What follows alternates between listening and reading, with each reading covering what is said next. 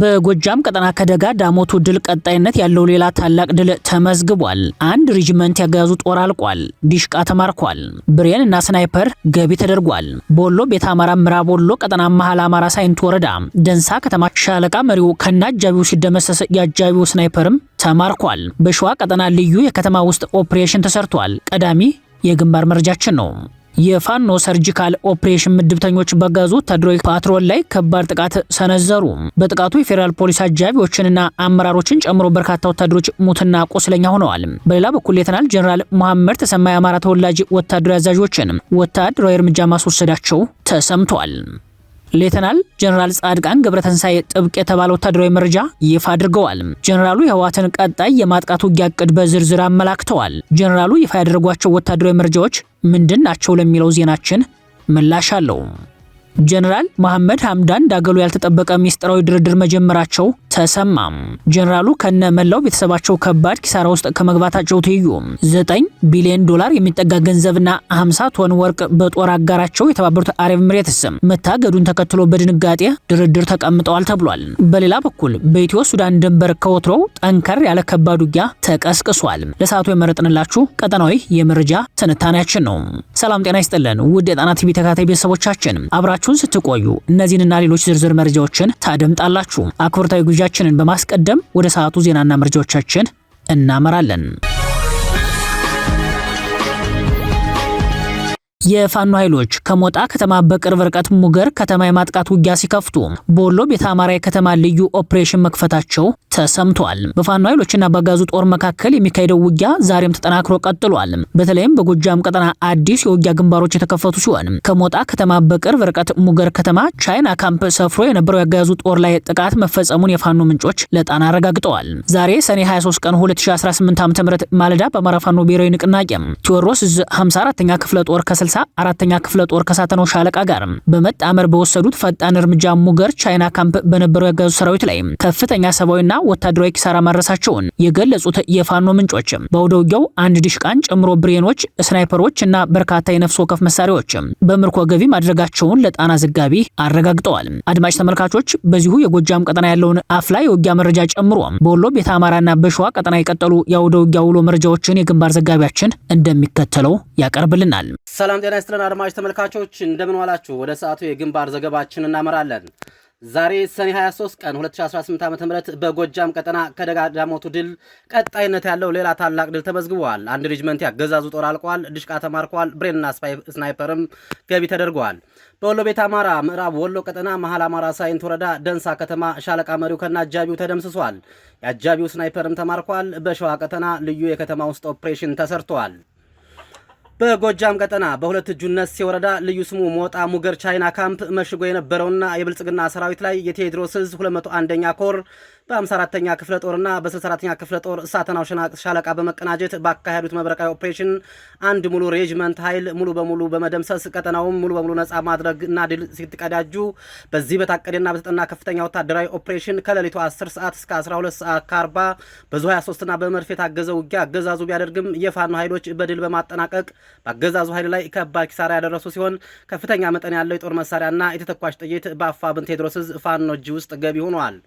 የተማረኩ የጦር መሳሪያዎችና የቡድን መሳሪያ የነፍስ ወከፍ መሳሪያዎች በየ3 ወሩ ግብር መገበር የማይሰለቸው የአብይ አህመድ ሰራዊት ሰብአዊና ቁሳዊ ኪሳራ ደርሶበታል። በዚህም የ201ኛ ኮር የ54ኛ ክፍለ ጦር የ64ኛ ክፍለ ጦር ባቀዱትና በመሩት ኦፕሬሽን መሰረት 2 ብሬን፣ 1 ስናይፐር፣ 1 ዲሽቃ፣ 47 ክላሽንኮቭ፣ 5 የአብራራው፣ 4 ኤስኬስ፣ ከ7000 የክላሽ ተተኳሽ፣ ከ14000 በላይ የዲሽቃ ተተኳሽ፣ ከ25000 በላይ የብሬን ተተኳሽና 11 ወታደራዊ ትጥቅ ተማርከዋል። ያገዛዙ አንድ ሬጂመንት ኃይል ሙሉ በሙሉ ከጥቅም ውጭ መሆኑን የአፋብን ቴዎድሮስ 201ኛ ኮር ህዝብ ግንኙነት ለጣና ቲቪ መረጃውን አድርሶናል። በወሎ ቤተ አማራ ምዕራብ ወሎ ቀጠና መሃል አማራ ሳይንት ወረዳ ደንሳ ከተማ ሻለቃ መሪው ከነ አጃቢው ተደምስሷል። የአጃቢው ስናይፐርም ተማርኳል። ተልኮ ተቀብለው ለልዩ ኦፕሬሽን ወደ አገዛዙ ሰርገው የገቡ ትንታግ ታጋዮች ሻለቃ መሪውን በማስወገድና ስናይፐሩን በማረክ አስደናቂ ጀብዱ ፈጽመው ወጥተዋል።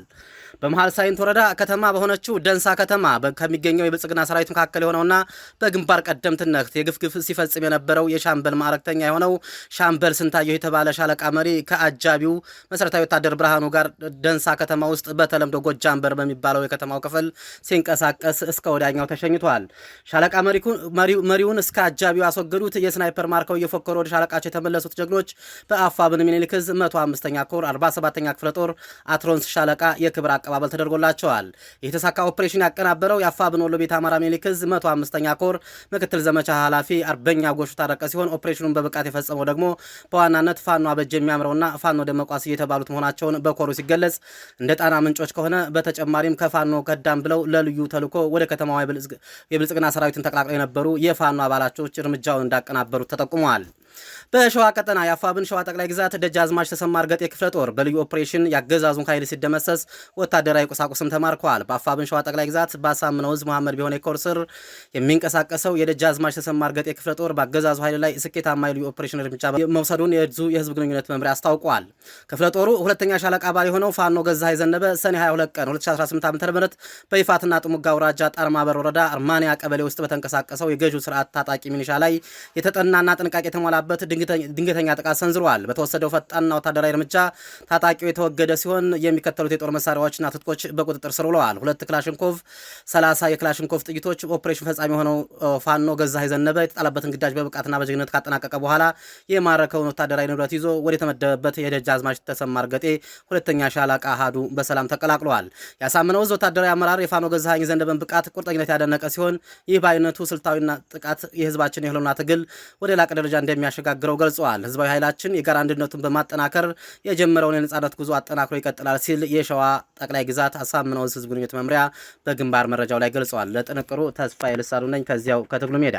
በሌላ የግንባር መረጃ በወለጋ ቢዛሞ ቀጠና የአማራ ህዝብን ከሙሉ ጥፋት ለመታደግ ራሳቸውን በመከላከል ላይ የሚገኙት የፋኖ ኃይሎችም በሆሮ ጉድሩ ዞን አንድ ከተማ መቆጣጠራቸው ተሰምቷል። የአካባቢው ምንጮች ለጣና እንደጠቆሙት ሆሮ ጉድሩ ወለጋ ዞን አሙሩ ወለጋ ጋምሳ ከተማ ላይ ዛሬ ሰኔ 23 ቀን ከንጋቱ 11 ሰዓት ጀምሮ ፋኖ በአራት አቅጣጫ በማጥቃት ወደ ከተማው በመግባት የኦሮሚያ ልዩ ኃይልና ሚኒሻ ካምፕ ላይ በወሰዱ ድንገተኛ ጥቃት ከፍተኛ ሰብአዊና ወታደራዊ ኪሳራ አድርሰዋል። ይህን ተከትሎ መነሻቸውን ምዕራብ ጎጃም ዞን ፈጣም ሶንቶ እና ቦቆ ጣቦ ቀበሌ ያደረጉ የኦሮሞ ሚኒሾች በመኪናና በሞተር በመጫን ወደ ወለጋ የአባይ በረሃ አቋርጠው በመሻገር አጋምሳ ከተማ ላይ እየተደረገ ያለውን ውጊያ እየተሳተፉ መሆኑን የአካባቢው ምንጮች ጠቁመዋል። የፋኖ ሰርጂካል ኦፕሬሽን ምድብተኞች በአገዛዙ ወታደራዊ ፓትሮል ላይ ከባድ ጥቃት ሰነዘሩ። በጥቃቱ የፌዴራል ፖሊስ አጃቢዎችንና አመራሮችን ጨምሮ በርካታ ወታደሮች ሞትና ቁስለኛ ሆነዋል። የፋኖ ሰርጂካል ኦፕሬሽን ምድብተኞች በደብረ ማርቆስ ከተማ የፌዴራል ፖሊስ ተሽከርካሪ ላይ በፈጸሙት የቦምብ ጥቃት 9 ወታደሮችን ጉዳት ማስተናገዳቸው ታውቋል። እንደ ፋኖ ምንጮች መረጃ የተሳካ ጥቃቱን የፈጸሙት የአማራ ፋኖ ብሔራዊ ንቅናቄ ቴዎድሮስ ዕዝ 206ኛ ኮር ሰርጂካል ኦፕሬሽን ምድብተኞች ናቸው። የቴዎድሮስ ዕዝ አርበኞች በደብረ ማርቆስ ከተማ መስከረም ሆቴል አካባቢ የፌዴራል ፖሊስ አባላትን ጭና ስትንቀሳቀስ በነበረች ወታደራዊ ፓትሮል ላይ ኢላማ በማድረግ አጥቢያ ሌሊቱን በፈጸሙት ጥቃት 9 የብልጽግና ባለስልጣናት አጃቢዎች ጉዳት ሲያስተናግዱ በጥቃቱ 4 የፌዴራል ፖሊስ አባላት ወዲያውኑ ህይወታቸው ሲያልፍ 5ቱ ደግሞ ከባድ ቁስለኛ ሆነዋል። ይህ በእንዲህ እንዳለ ካገዛዙ ቁልፍ ጀነራሎች መካከል አንዱ የሆኑት የምስራቅ ዕዝ አዛዥ ሌተናል ጀነራል መሐመድ ተሰማ ሰሞኑን በደጋ ዳሞት ግንባር በፋኖ ኃይሎች አከርካሪው ተሰብሮ የፈረሰውን ጦር መልሶ ለማደራጀትና ስነ ልቦናውን ለማደስ በሚል ወደ ብራዳማ መግባታቸውን ተከትሎ በሰሞኑ ውጊያ ከወደ ፋኖ የተከፈተውን ማጥቃት መከላከል አልቻላችሁም በሚል የአማራ ተወላጅ የሆኑ የሰራዊቱ መስመራዊ አዋጊዎችና የጦር መሐንዲሶች ላይ ነጻ እርምጃ መውሰዳቸው ተሰምቷል። በሌላ የግንባር መረጃ በፋኖ ተጠናክሮ በቀጠለው የስቦ ማስከዳት ዘመቻ 8 የመከላከያ ሰራዊት አባላት ከነ ሙሉ ትጥቃቸው ፋኖን በይፋ መቀላቀላቸው ተሰምቷል። አማራ ፋኖ ብሔራዊ ንቅናቄ ሚኒሊክ ዕዝ 303ኛ ሳምነው ኮርን የተቀላቀሉት የመከላከያ ሰራዊት አባላት ይህን ጊዜ ሲጠብቁት እንደነበር ገልጸዋል። መነሻቸውን ከወሎ ቤተ አማራ ሰሜን ወሎ አስተዳደር ዞን ላስታ ወረዳ ብልብላ ከተማ ያደረጉት ኮብላዮቹ በ204ኛ ኮር ኮሎኔል አባቡ የሚመራው 38ኛ ክፍለ ጦር ቃኞች 6 አባላቱ ምቹ ቦታና ጊዜን በመጠበቅ ትላንት ሰኔ 22 ቀን 2018 ዓ.ም ፋኖን ተቀላቅለዋል። በሌላ አቅጣጫ ከ38ኛ ክፍለ ጦር 2ኛ ሬጂመንት 100 መሪና አንድ ብሬን ተኳሽ ከነ ሙሉ ትጥቃቸው ፋኖን መቀላቀላቸውን ሚኒሊክ ዕዝ አሳውቋል። አባላቱ አንድ ጥቁር ስናይፐር፣ 7 ጥቁር ክላሽ፣ 4 የደረትና የወገብ ትጥቅ፣ 549 የክላሽ ተተኳሽ፣ 6 የእጅ ቦምብ በኮሩ ስር ለሚገኙ 19ኛና 30ኛ ክፍለ ጦር ፋኖች ማስረከባቸውን በግንባር መረጃው ላይ ተመላክቷል።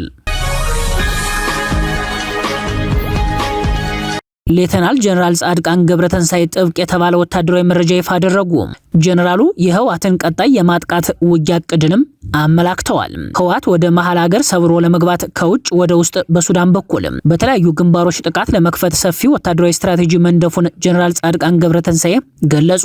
በጎንደር ሁመራ ወልቃይት አቅጣጫ የማጥቃት ውጊያ ሊከፍት ይችላል ከሚለው የስጋት ትንተና ለየት ባለ መልኩ ህወሓት ባልተጠበቀበት ግንባር ውጊያ ሊከፍት እንደሚችል ጀነራሉ ተናግረዋል። ጀነራሉ ከኤንቢሲ ጋር ባደረጉት ቆይታ በህወሓት ወታደራዊ ዝግጅት ላይ ዝርዝር መረጃ ሰጥተዋል። እኒህ የቀድሞ የህወሓት ቁልፍ ወታደራዊ አመራር በሰጡት ማብራሪያ በአፋር እና አማራ አዋሳኝ አካባቢዎች ተደጋጋሚ ትንኮሳዎች የፈጸመው ህወሓት የትኩረት አቅጣጫውን ቀይሯል ብለዋል። በምዕራብ ኢትዮጵያ በኩል ማጥቃት ከፍቶ ወደ መሃል ሀገር ለመገስገስ አስቦ እየተንቀሳቀሰ መሆኑን ጀነራሉ ጠቁመዋል። ጀነራሉ በምዕራብ ኢትዮጵያ በኩል ሲሉ በቤንሻንጉል ጉሙዝ ክልል በኩል ማለታቸው እንደሆነ በቃለ መጠይቃቸው ላይ ተመላክቷል። የህወሓት ጀነራሎች በአሁኑ ወቅት ሰፊ ወታደራዊ ስትራቴጂ ነድፈው እየተንቀሳቀሱ መሆኑን የገለጹት ጀነራሉ በተለይ ከውጭ ወደ ውስጥ ለማጥቃት ተዘጋጅተዋል ብለዋል።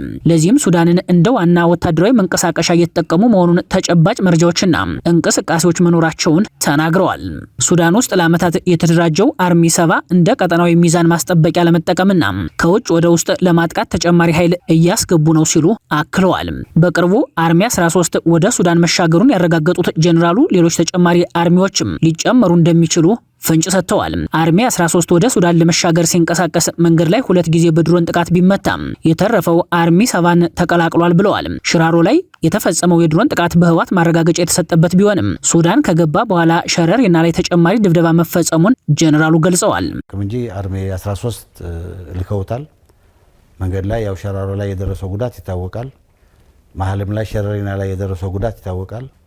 ያም ሆነ ግን የቀረው ኃይል እዛ ገብቷል። ኃይል የመጨመር ፍላጎት አላቸው ብዬ ነው የሚል ኢንፎርሜሽን ያለኝ እኔ።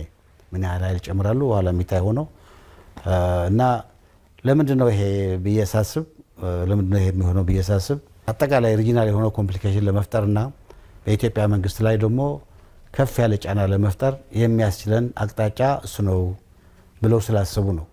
አርሚ 7 ለዛ አርሚ 13ን ወደዛ ጨምረዋል።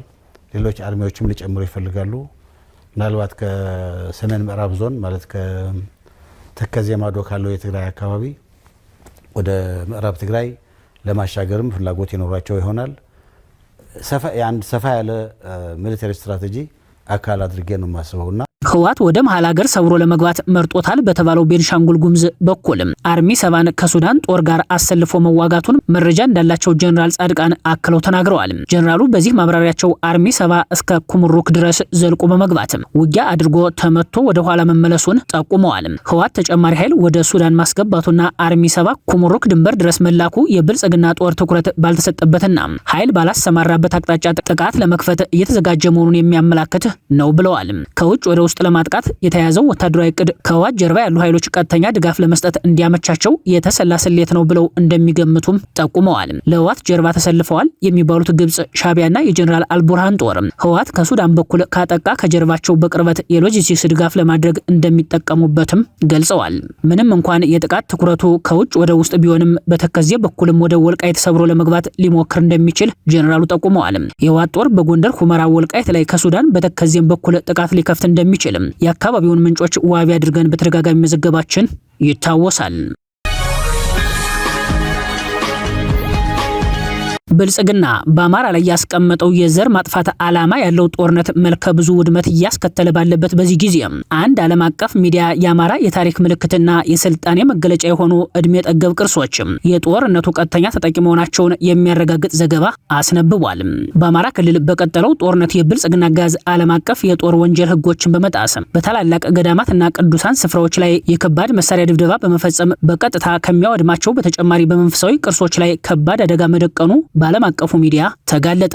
ፍራንስ 24 ይፋ ባደረገው አስደንጋጭ ዘገባ መሰረት በአማራ በቀጠለው ጦርነት ሰለባ ከሆኑት ታላላቅና ታሪካዊ ገዳማት መካከል ለዘመናት የቆዩት የጣና ገዳማት ተጠቅሰዋል። ከ14ኛው ክፍለ ዘመን ጀምሮ የቆዩት የኢትዮጵያ ታሪካዊ ቅርሶችና ገዳማትን ተመርኩዞ የወጣው መረጃ በአማራ የቀጠለው ጦርነት በገዳማትና ቅዱሳት ስፍራዎች ላይ የደቀነው አደጋ ከፍተኛ መሆኑን ያመላክታል።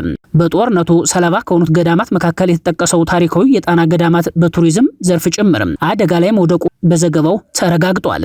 የጥንታውያን ገዳማት መገኛ የሆነው የጣና ሐይቅ ቀደም ሲል በውብ ተፈጥሯዊ መስህብና በታሪካዊ ቅርሶቹ የዓለም አቀፍና የሀገር ውስጥ ቱሪስቶች ተመራጭ መዳረሻ እንደነበር ያስታወሰው ዘገባው ከፈረንጆቹ 2023 ጀምሮ በፋኖ ኃይሎችና በብልጽግና መካከል የተቀሰቀሰውና አሁንም የቀጠለው አስከፊ ጦርነት ገዳማትን አደጋ ላይ መጣሉን አመላክቷል። በገዳማቱ ላይ ከሚፈጸመው መልከ ብዙ ጥቃት ትይዩ በአማራ ክልል በርካታ ከተሞችና ገጠራማ አካባቢዎች ላይ የሚፈጸመው የድሮን ጥቃት በእጅጉ አሳሳቢ መሆኑን ዘገባው ምስክርነት ሰጥቷል።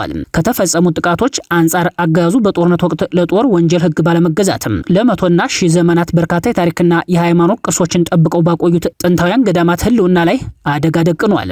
በጉዳዩ ላይ ጥልቅ ትንታኔውን ያስነበበው ዓለም አቀፉ የዜና ወኪል የጦርነቱ ተባብሶ መቀጠል እስካሁን ከደረሰው ውድመት በላይ የክልሉን ማህበራዊና ኢኮኖሚያዊ መዋቅር ክፉኛ ያናገዋል ሲል ስጋቱን በግልጽ አስቀምጧል። በቀጣይ ከስካሁኑ የባሰ አስከፊ አደጋ የሚጠብቃቸው በባህር ዳርና በዙሪያዋ ያሉ ደሴቶች ላይ የሚገኙት የኢትዮጵያ ኦርቶዶክስ ተዋሕዶ ገዳማት መሆናቸውን ዘገባው አመላክቷል። ገዳማቱ በጦርነቱ የተጠቁት ከቱሪዝም የሚያገኙት ገቢ መቋረጥ ብቻ ሳይሆን ለታሪካዊ ይዘታቸው እና በውስጣቸው ለሚገኙት የብራና መጻሕፍትና የቅዱሳት ስዕላት ጥበቦች ዋስትና ማጣትንም በትልቅ ስጋት አንስቷል። የዜና ማዕከሉ ዘጋቢ ቶም ካኔቲ ከገዳማቱ እንዳጠናቀረው እነዚህ የዓለም ቅርስ የሆኑ ስፍራዎች በቀጥታም ሆነ በተዘዋዋሪ በጦርነቱ ቀጠና ውስጥ መውደቃቸውና የመገናኛና የመጓጓዣ መሰረተ ልማቶች መቋረጣቸው ለዘመናት የቆዩትን ሀብቶች ለውድመት እያጋለጠ ነው ብሏል።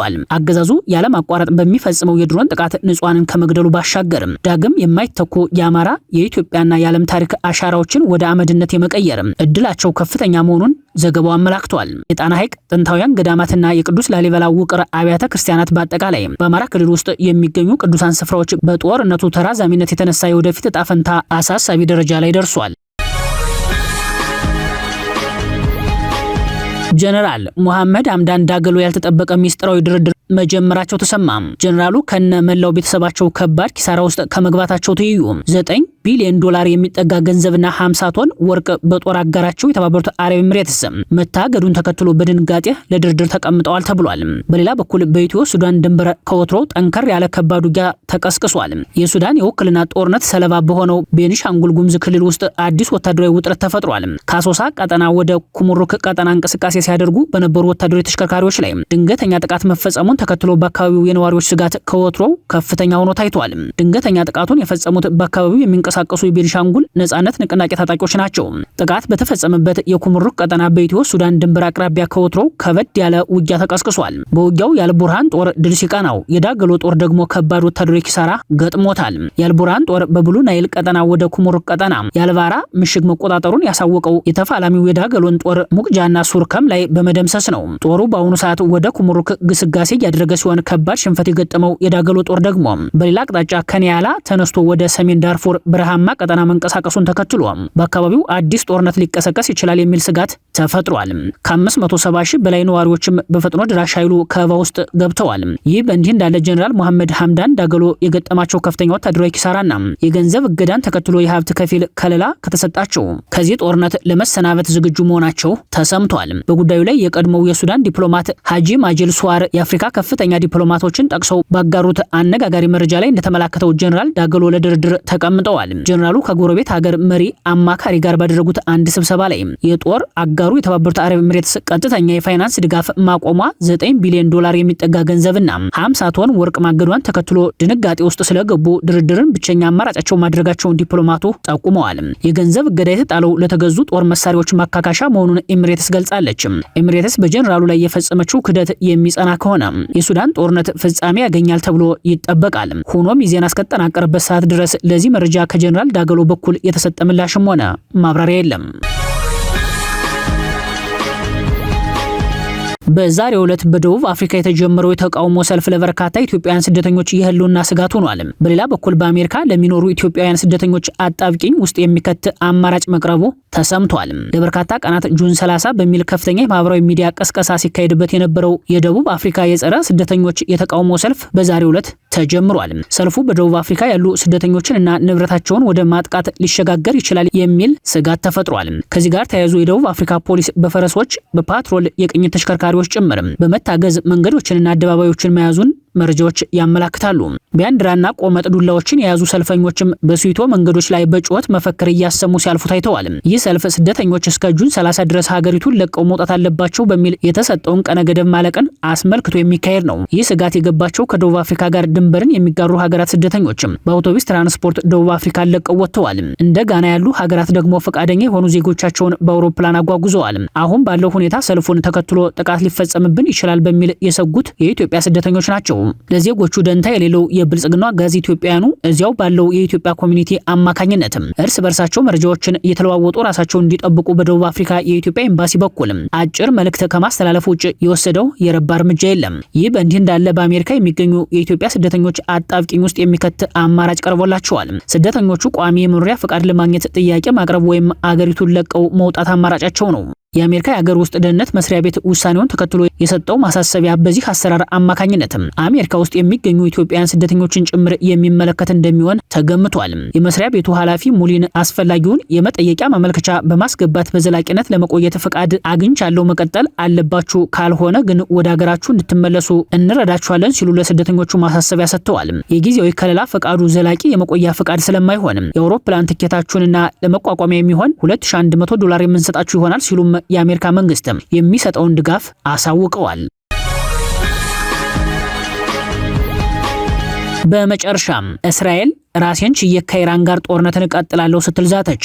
በእስራኤል እና በኢራን መካከል እንደገና ውጥረት በመባባስ ላይ ነው። የእስራኤል የመከላከያ ሚኒስትር ካትዝ በቀናት ውስጥ ምናልባትም በቅርቡ ዳግም ወደ ጦርነት ልንመለስ እንችላለን ሲሉ መግለጻቸው በዓለም አቀፍ ደረጃ ትኩረት ስቧል። በመጀመሪያ ልናስታውስ የሚገባው እነዚህ አስተያየቶች የአንድ መንግስት ኃላፊ መግለጫዎች መሆናቸው ነው የሚሉት ተንታኞች ይህን መሰሉ የባለስልጣናት ንግግር የፖሊሲ አቋም ተደርጎ እንደሚታይ ያስረዳሉ። እንደ ሚኒስትሩ ገለጻ ኢራን ወደ እስራኤል ሚሳኤል ካስወነጨፈች ምላሹ ከፍተኛና ከባድ ይሆናል። በተጨማሪም የእስራኤል ጦር ለማንኛውም ሁኔታ እንዲዘጋጅ ትዕዛዝ መሰጠቱን ገልጸዋል። ይህ የሚያሳየው እስራኤል በመከላከያ ዝግጅቷ ላይ ከፍተኛ ትኩረት መስጠቷን ነው። ሌላው ትኩረት የሳበው ብሉ ኤንድ ዋይት የተባለው አገላለጽ ነው። ይህ ቃል በዜናው ውስጥ እስራኤል በራሷ አቅም የምትፈጽመውን ወታደራዊ እርምጃ ለማመልከት መጠቀሙ ተጠቅሷል። እንደ ተንታኞች ገለጻ በአብዛኛው በዓለም አቀፍ ፖለቲካ እንዲህ ያሉ ጠንካራ መግለጫዎች ሁለት ዓላማዎች ሊኖራቸው ይችላል። የመጀመሪያው ተቃዋሚውን ለማስጠንቀቅ ነው። ሁለተኛው ደግሞ ለውስጥ ህዝብና ለአጋሮች ጠንካራ አቋም እንዳለ ለማሳየት ነው። ስለዚህ ጠንካራ ንግግር ሁል ጊዜ ወደ ቀጥተኛ ጦርነት ይመራል ብሎ መደምደም አይገባም። በሌላ በኩል ኢራንም በቀደሙት ወራት በተደጋጋሚ የበቀል ምላሽ እንደምትሰጥ ስትናገር ቆይታለች። ስለዚህ ሁለቱም ወገኖች ከፍተኛ የመከላከያ ዝግጅት ውስጥ መሆናቸው ቀጠናው አሁንም በከፍተኛ ውጥረት ውስጥ እንዳለ ያሳያል። ከዚህ ጋር ተያይዞ የአሜሪካ ሚናም አስፈላጊ ነው። የዜናው ይዘት እንደሚጠቁመው ኢራን ከአሜሪካ ጋር ውይይት እያደረገችም ቢሆን የወታደራዊ አማራጭ እንዳልተወች እስራኤል ታምናለች። ይህም ዲፕሎማሲና ወታደራዊ ጫና በአንድ ጊዜ እየተካሄዱ መሆናቸውን ያሳያል። ከኢኮኖሚ አንጻርም እንዲህ ያለው ውጥረት በዓለም የነዳጅ ዋጋ በአክሲዮን ገበያዎችና በንግድ መስመሮች ላይ ተጽዕኖ ሊያሳድር ይችላል ነው የተባለው። በተለይም በመካከለኛው ምስራቅ የሚከሰት ማንኛውም የደህንነት ችግር ዓለም አቀፍ ገበያዎችን በፍጥነት ይነካል። እንዲያም ሆኖ እስካሁን ድረስ ጦርነት እንደሚጀምር የሚያረጋግጥ ይፋዊ ውሳኔ አልተገለጸም። በሁለቱም ወገኖች የሚሰጡ መግለጫዎችና የሚደረጉ ወታደራዊ ዝግጅቶች ሁኔታው ሊቀየር እንደሚችል ያመለክታሉ እንጂ የሚቀጥለውን እርምጃ በእርግጠኝነት አይወስኑም ነው የተባለው። በመጨረሻ በቀጣዮቹ ቀናት የሚወጡ ይፋዊ መግለጫዎች የዲፕሎማሲ እንቅስቃሴዎችና በመሬት ላይ የሚታዩ እውነታዎች ይህ ውጥረት ወደ ሰፊ ጦርነት ይሄዳል ወይስ በፖለቲካዊ መንገድ ይቀንሳል የሚለውን ይወስናሉ የሚለው አስተያየት የቀጠናው ተንታኞች ነው። ክቡራትና ክቡራን ቤተሰቦቻችን ለሰዓቱ የሰናዱት መረጃዎቻችን የተከታተላችኋቸውን ይመስሉ ነበር። አብራችሁን ስለቆያችሁ ልባዊ ምስጋናችን ይድረሳችሁ ያን የጣና ቲቪ ወቅታዊ ዜናዎች፣ ትንታኔዎችና ልዩ ልዩ ፕሮግራሞችን እንዲደርሷችሁ ቻናላችን ሰብስክራይብ በማድረግ ቤተሰብ ይሁኑ። በተሳትፎው የትግል ሚዲያውን እንዲያጠናክሩ ጥሪያችንን እናቀርባለን። ጣና ቲቪ ከሀቅ ጋር